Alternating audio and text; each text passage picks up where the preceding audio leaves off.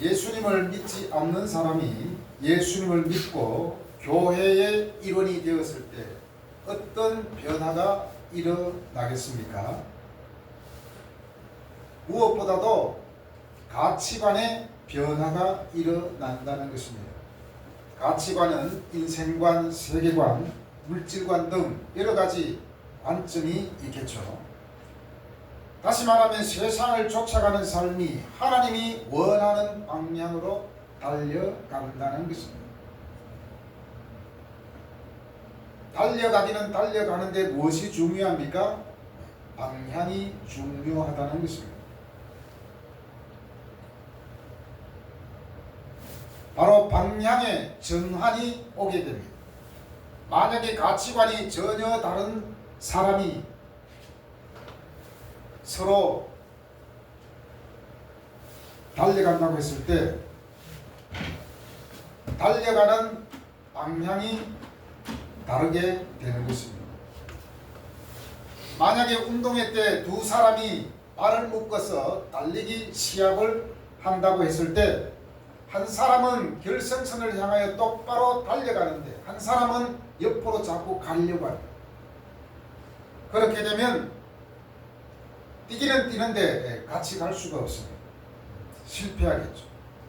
만약에 두 사람이 그래도 다른 방향으로 가기를 원한다면 발을 풀고 자기 가고 싶은 대로 가야 할 것입니다. 오늘 말씀에서 14절에서 너희는 믿지 않는 자와 멍에를 함께 매지 말라라고 말씀하면서 우리에게 여러 가지 교훈을 주고 계십니다. 여기에서 멍에는 무엇입니까? 멍에는 소 어깨에 나무를 깎아 씌우는 것인데 주로 논밭을 갈거나 수레를 끌 때 사용하게 됩니다. 물론 저는 어릴 때 시골에서 자랐기 때문에 이것을 엄청 많이 봤겠죠. 우리 시골에는 소 한 마리에 멍에를 씌우는 것은 봤지만 두 마리에게 씌우는 것은 별로 못 봤습니다. 별로가 아니라 하나도 못 봤습니다. 그런데 외국에서는 두 마리로 밭을 가는 것을 많이 보게 됩니다. TV에서도 본 적이 있습니다. 만약에 이 멍에를 소에게 씌우지 않으면 농부가 밭을 마음대로 갈 수가 없습니다. 왜냐하면 소를 조종할 수 없기 때문입니다.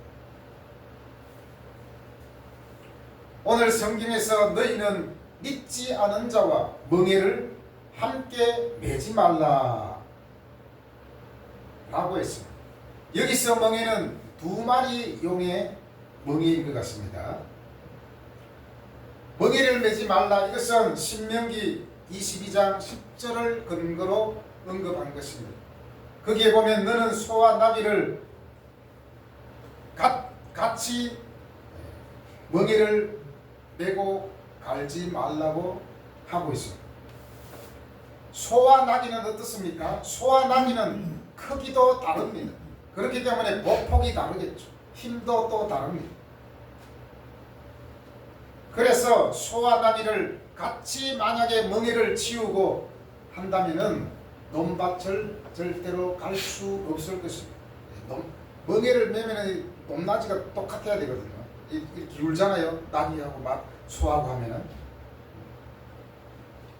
한마디로 부조화를 말하는 거죠. 또 다른 부조화의 멍에가 있습니다. 독수리와 펭귄이 만약에 멍에를 메고 밭을 간다고 했을 때 어떻게 되겠습니까? 독수리는 하늘 높이 나르는 특성이 있고 펭귄은 물속에서 헤엄을 잘 치는 그런 특성이 있습니다. 둘 다 세지만 사는 방식과 움직이는 영역이 완전히 다릅니다. 만약에 이 둘에게 하나의 멍에를 씌워 밭을 간다고 생각해 보십시오. 아주 우스운 이야기가 되겠죠.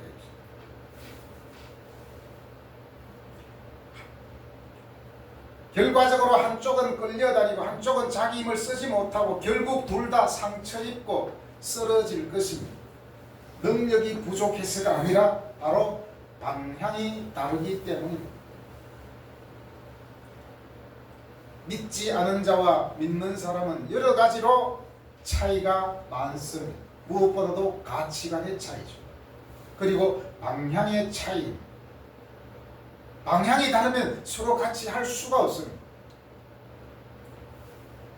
특별히 멍에를 매지 말라 이 말씀에서 많은 설교자들이 결혼에 대해서 언급을 많이 합니다. 여기서 멍에는 단순한 어떤 협력이 아니라 삶의 방향과 목적과 함께 묶는 연합을 의미합니다. 만약에 두 사람이 연인으로 발전했을 때 그들은 단순히 동반자가 아니라 삶을 함께 나아가는 파트너입니다. 멍에를 함께 지지 말라 했는데 바로 파트너가 되지 말라라는 것입니다. 만약에 한쪽은 하나님의 목적을 향해 나아가고 있는데 다른 쪽은 그렇지 않다면 그 관계는 마치 나귀와 멍에를 매거나 펭귄과 독수리를 묶은 것 같은 그런 마찰을 일으킬 것입니다. 만약에 결혼을 했는데 한 사람은 주일에 여행을 가겠다고 하고 한 사람은 나는 오늘 교회 가야 돼 라고 한다면 어떻게 되겠습니까? 그러다가 이제 한쪽이 이제 맞춰준다고 그래 오늘 내가 여행 따라갈게. 그러다가 어떻게 되겠습니까? 결국에는 영원히 교회로 돌아올 수 없는 그런 결과로 갈 수 있습니다.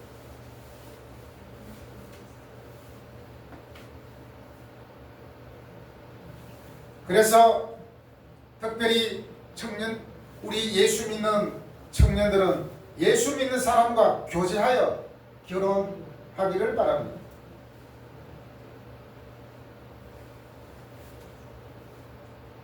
예수 믿는 사람들은 어차피 방향이 그리고 목적이 다르기 때문에 믿지 않은 자와 멍에를 같이 할 수 없다는 것입니다.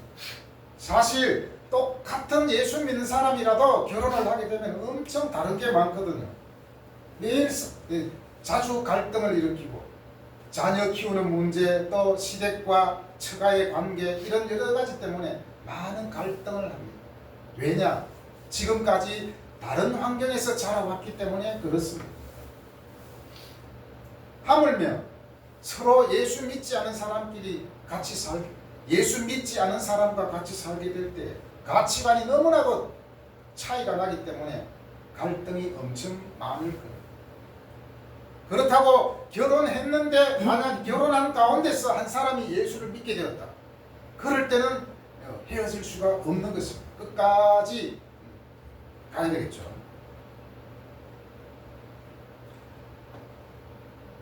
바로 이 구절은 믿는 자들에게 생각하고 말하고 관계를 맺는 방식에 있어서 세상과 구별되라는 것입니다. 세상과 똑같이 친구를 똑같은 방식으로 사귀고 결혼하고 다 이렇게 하면은 예수 믿는 게 무슨 의미가 있겠습니까? 여기서 구별된다는 것은 고립을 의미하는 것이 아닙니다. 우리는 때로 이런 생각을 할 수 있습니다.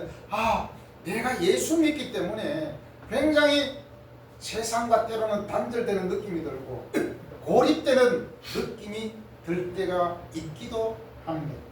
내가 예수 안 믿으면 마음대로 세상 아이들 친구들과 술 마시고 놀러 다니고 그렇게 마음대로 살 텐데 이런 생각을 하기도 합니다. 그러나 끝은 별로 좋지 않습니다. 어쨌든 우리 그리스도인들은 무언가 다른 사람들과 방향과 목적이 다르기 때문에 삶의 방식도 달라야 되는 것이겠죠.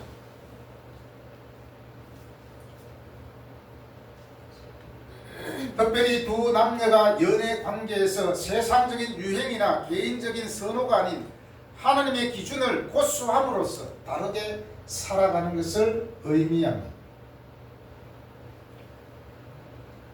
그래서 믿는 자들이 누구와 교제를 할 때 세상과 구별되라고 오늘 말씀에서 권면하는 것입니다.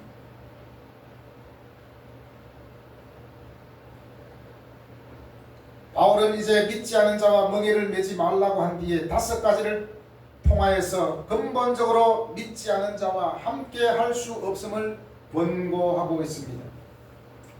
함께 할 수 없다는 것은 그들과 아예 사귀지도 말고 교제하지 말라는 것은 아닙니다. 바로 영적 방향을 함께 묵지 말라는 뜻입니다. 우리는 세상 속에 살지만 세상에 속한 자는 아닙니다. 땅을 밟고 살아가지만 우리의 눈은 하늘로 향해 있습니다. 그래서 바울은 멍에를 믿지 않은 자와 함께하지 말라고 그렇게 하고 있습니다.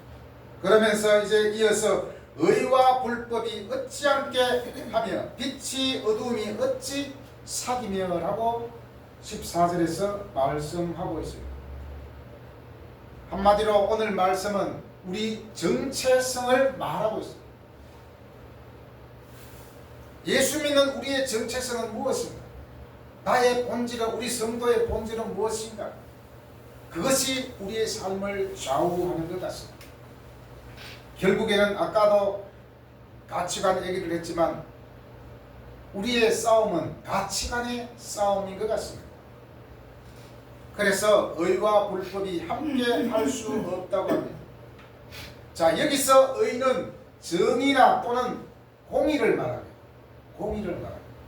왜 의와 불법이 함께 할 수 없습니까? 먼저는 하나님께서 의로우시며 공의를 사랑하시기 때문입니다.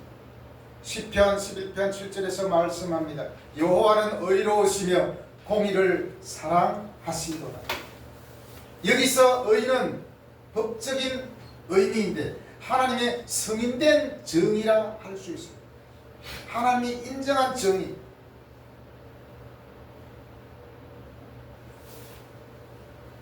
하나님은 어떤 분인가? 우리는 어떤 사람인가?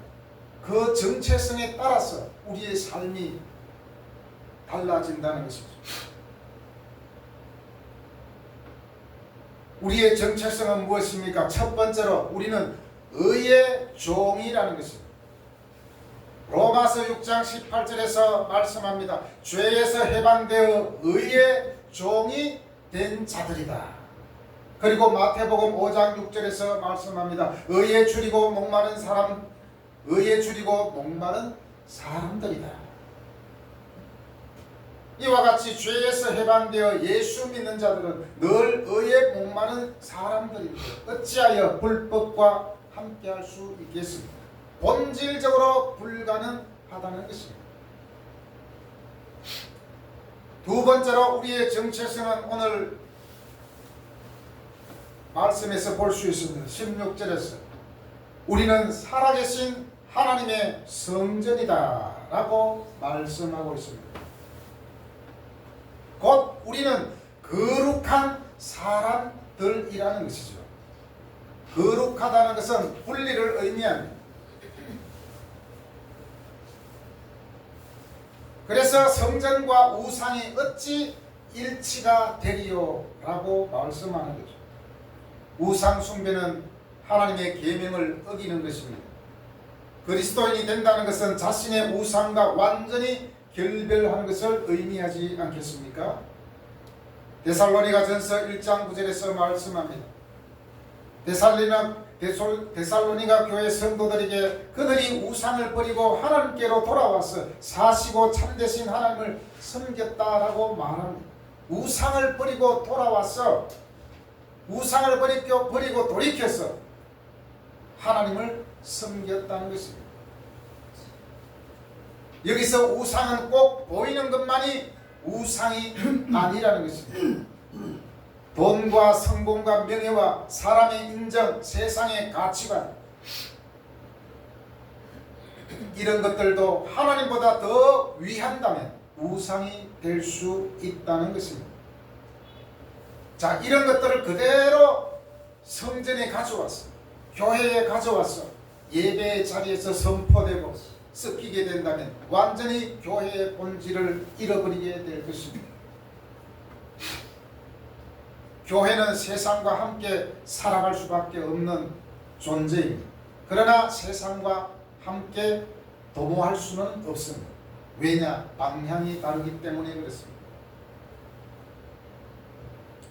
교회에서 목사, 장로, 권사, 집사를 마치 우상과 뒤섞여 예배하는 것과 마찬가지가 아니겠습니까? 사도행전 15장 20절에서 초대교회 때 예루살렘 공의회는 이방인 개종자들에게 우상의 더러운 것을 피하도록 명령하고 있습니다. 그리고 고린도전서에서 바울은 우상 숭배를 멀리하고 우상 숭배자로 확인되는 어떠한 동료와도 사귀지 말 것을 경고하고 있습니다. 오늘 말씀에서도 17절에 그러므로 너희는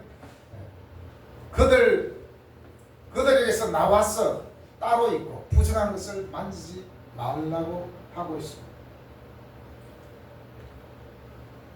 방향이 다른 사람들과 동성하지 말고 거기에서 탈출하라는 것입니다. 방향이 다른 사람을 따라가다 보면 낭떠러지고 지옥으로 갈 수밖에 없을 것입니다. 하나님의 성전은 거룩하기 때문에 우상과는 전혀 일치를 이룰 수 없다는 것입니다. 그것을 우리에게 권고하고 있습니다. 우리는 하나님의 성전입니다.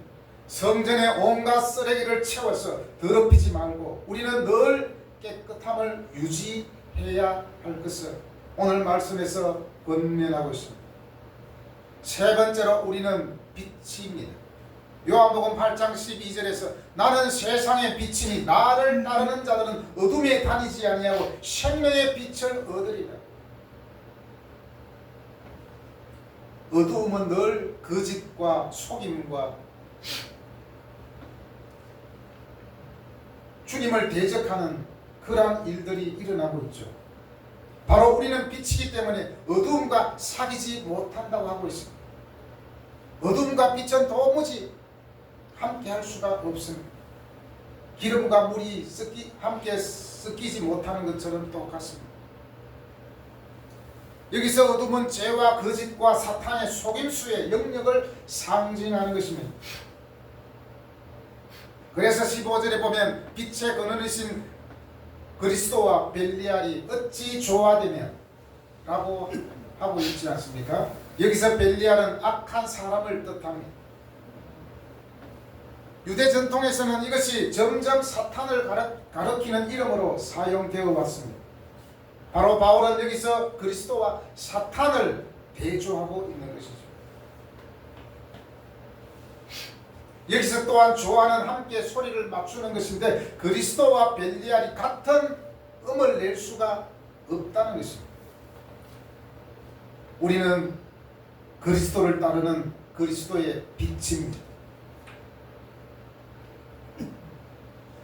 그리스도와 사단이 섞일 수 없는 것처럼 우리는 악한 사람들과 섞이지 못합니다. 본질적으로 그렇고 본질적으로 우리는 섞이지 말아야 됩니다. 요한복음 3장 19절에서 말씀합니다. 사람들은 자기들의 행위가 악함으로 빛보다 어둠을 더 사랑하였다. 자기들의 행위가 악함으로 빛보다 어둠을 더 사랑했다. 이 말씀에는 이런 게 있는 것 같습니다. 행위가 악함으로 계속해서 악한 일만 저지르다 보면은 빛으로 돌아올 수가 없어요. 어둠을 자꾸만 사랑하게 됩니다. 그리고 로마서 13장 12절에서 말씀합니다. 믿는 자들에게 어둠의 행실을 버리라고 권면하고 있습니다. 그리고 에베소서 5장 8절에서 전에는 어둠이었으나 이제는 주 안에서 빛이라고 말씀하고 있습니다. 만약에 도둑놈이 사기꾼이 예수를 믿게 되었을 때 당연히 손을 틀어야 되지 않겠습니까? 그런데 예전에 어떤 엄청난 도둑놈이 예수를 믿는다고 하면서 또 도둑질 하다가 감옥에 잡혀갔잖아요. 그래서 우리는 죄의 어두움을 몰아내야 돼요.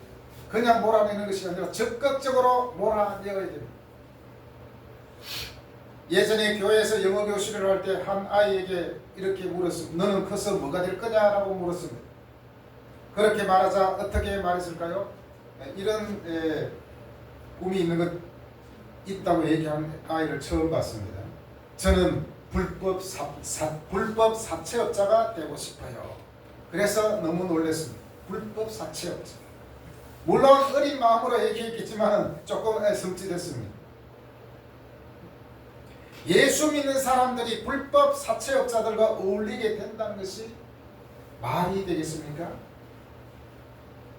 예수 믿는 권사라고 하면서 편법으로 아파트를 분양받고 이상한 방법으로 자신의 자녀를 대학교에 입학시키게 된다면 이게 무슨 예수 믿는다고 할 수 있겠습니까? 사회적으로 굵직굵직한 사고가 났을 때 꼭 보면은 그 사람은 예수 믿는 사람이었다는 것입니다. 장로가 그랬고 권사가 그랬고 집사는 아직 안 나왔어요. 또 목사도 나왔고. 이거는 스스로 우리 살을 깎아먹는 것이고 교회의 영광을 떨어뜨리고 하나님의 영광을 떨어뜨리는 것이 아니겠습니까? 그들만의 문제가 아니라 바로 우리들의 문제이기도 하다는 것입니다. 우리는 남을 욕을 하지만은 정작 내 속에는 나도 저랬으면 좋겠다라는 그런 바람이 싹트기 시작한다는 것. 세상의 빛으로 역할을 감당해야 하는데 세상의 조롱거리가 되는 것은 바로 교회를 무너뜨리고 하나님의 영광을 가린다는 것을 우리는 잘 알고 우리는 하나님의 빛이라는 우리의 정체성을 잊지 마시기를 바랍니다. 네 번째로 우리는 하나님의 자녀입니다.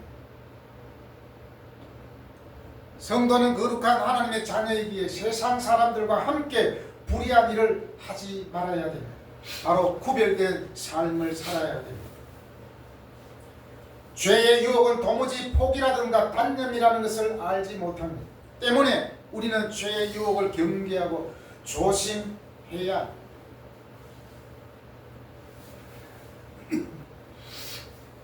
사실 악한 사람과 선한 사람이 같이 지내다 보면 악한 사람이 대부분 이겨요.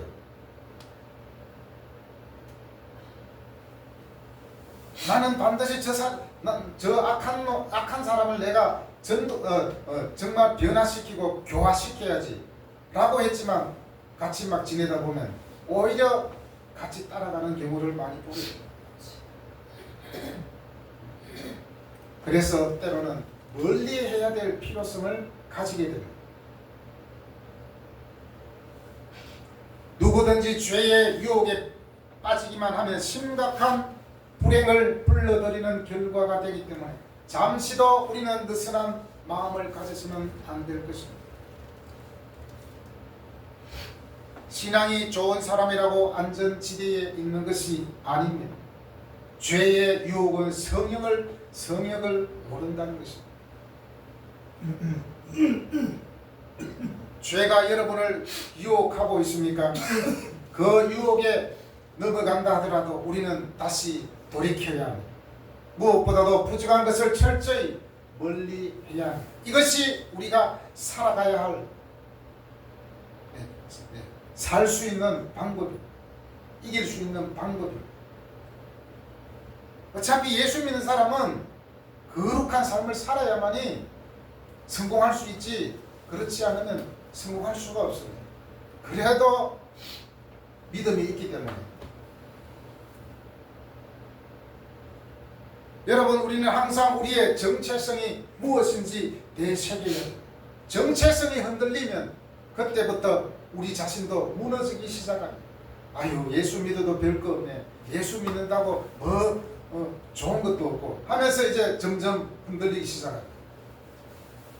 아무리 힘들고 병이 나고 가난하고 어려운 상황이 있다 할지라도 우리의 본질만큼은 흔들리지 말아야 됩니다. 제가 늘 쓸모없는 이야기가 있지 않습니까? 갈대가 아무리 흔들려도 뿌리는 서로 동에 매고 있기 때문에 비가 오고 태풍이 불어도 나중에는 여전히 흔들리고 있다는 것입니다. 비록 우리가 이 세상에 살아가면서 갈대처럼 흔들리고 그렇게 살지만 믿음의 뿌리를 놓지 않을 때 우리는 여전히 흔들리지만 우리는 믿음으로 살아갈 수 있다는 것입니다. 우리의 정체성은 바로 의의 종입니다. 우리는 하나님의 성전입니다. 우리는 하나님의 빛입니다. 우리는 하나님의 자녀입니다.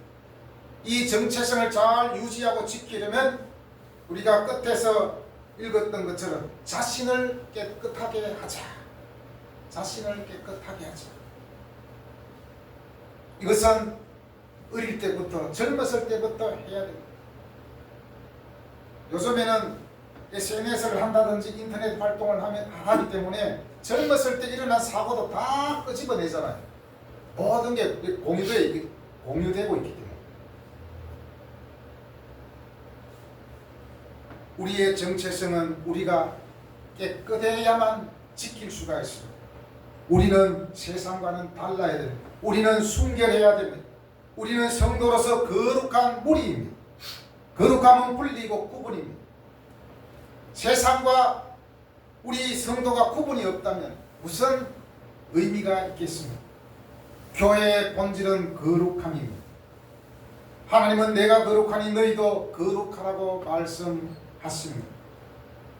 이것이 바로 우리 크리스찬의 무기입니다. 여러분, 우리는 우리의 정체성을 잃어버리지 않으며 흔들리더라도 믿음의 뿌리가 뽑히지 않고 믿음의 종들로 더디 가더라도 바른 방향으로 가는 저와 여러분이 되시기를 예수님의 이름으로 축복합니다. 아멘. 기도하겠습니다.